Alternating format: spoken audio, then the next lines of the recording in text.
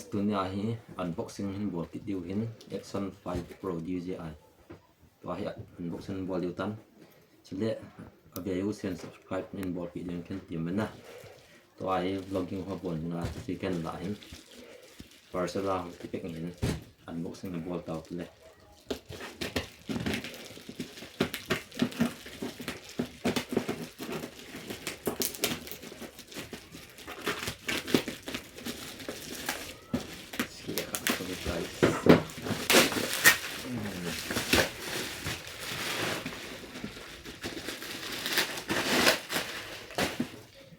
Nah, dia sih. Dia ini kecilnya meja nah ini bisa lihat untuk nak bawa kita oke.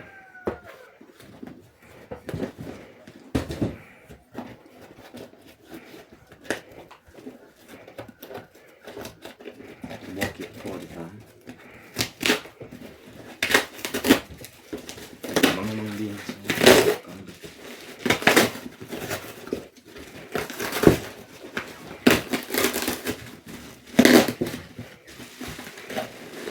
Wow.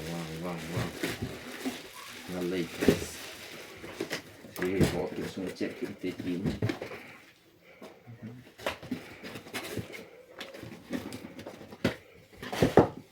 Si pian tak ambang dia punya.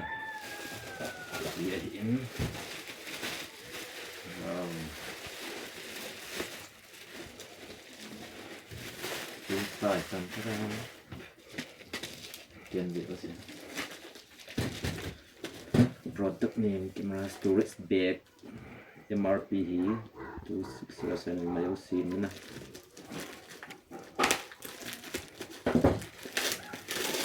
itu mau kita keadaan bandara tiba wow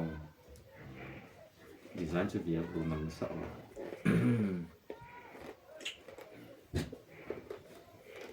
excited mama ya suitcase bang yung yan.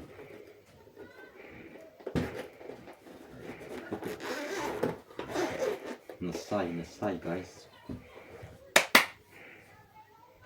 Boom. Wow. Yung selfie stick. Sihile filter ahin. Nasasakit na yung mga filter ko. Si bola ko order hin biang hi order hin na DJI hi biang do hin si sangmi ka pi song sangmi ba pi le si USB cable hin charging bol na akaw api ho si le hin helmet na su tun the among tabang bang hin si le to among pa magnetic mount ta kila do le easy type sile charger khau ma hin de bolang ki hap si ai tan si mong hin si bed fi case tum hin tiền views like charging bon thì hin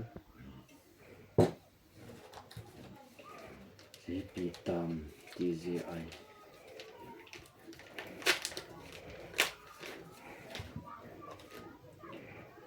lai meja na untuk ambil charger case wang ke bang poi se azat chu mi lai kada ekipi dung yo tao pi etim ni ba se azat chu na se DJI company tapi si DJI company ni PPM not steam set ni benda tau ten si stiker ho ya stiker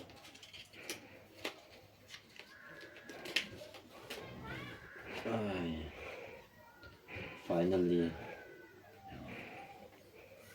wow ki yang na sapat yang na si le kias ni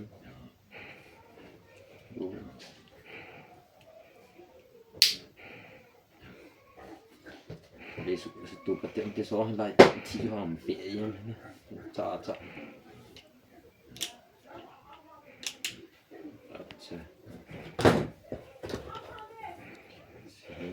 con case mount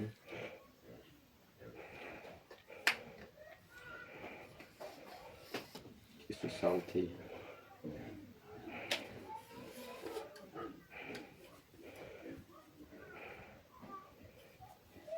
chân thì đoạn sau văng sau thì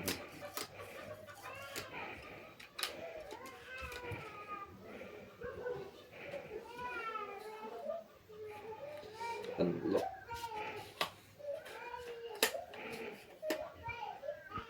lại trái cuộn nào thì đoạn chỉ hiệp hiện những cổ đợt trở những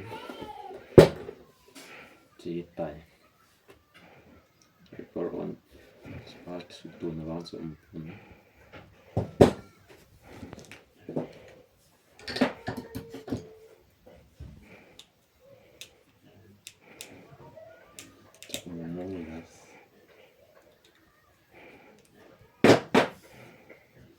Baron Volti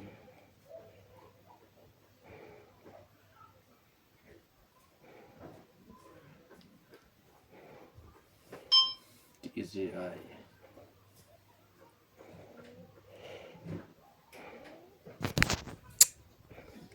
nah kỳ điểm nhau mọi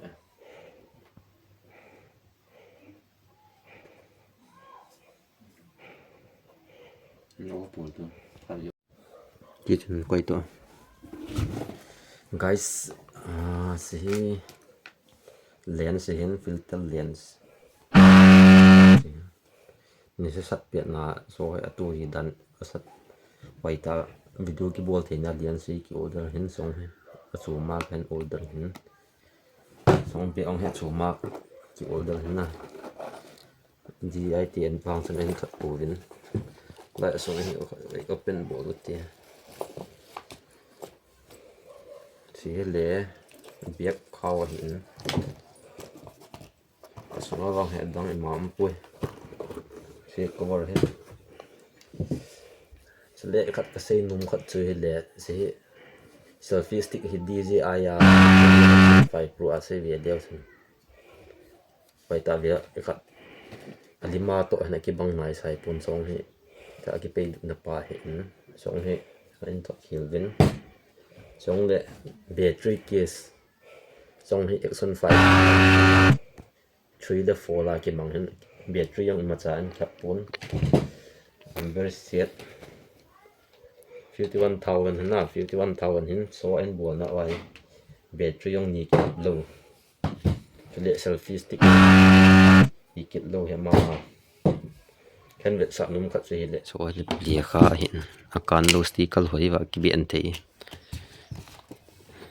chi hi case mo mong che na do ka vet sa tan chi a khaw hin chi hi a khaw hin chi biak khaw pu nom lo ki pu the chi ka ti he zo an veo wo se ta san lo de model yang về liều chân DJI Osmo Action 4 3 battery cái na là alo hiện battery yang ni lâu selfie stick yang về mong mong vô lại bắt tiền về DJI vàng hiệp bụi dislike kan pe chỉ hình camera lại stand điên chạy selfie stick cái mảng thấy lâu na nung han vang thôi cho vang lên mà tiếp bùn sẽ hit tai filter lens filter ND32 hin sẽ hi chipa hi CPI 1 CND 16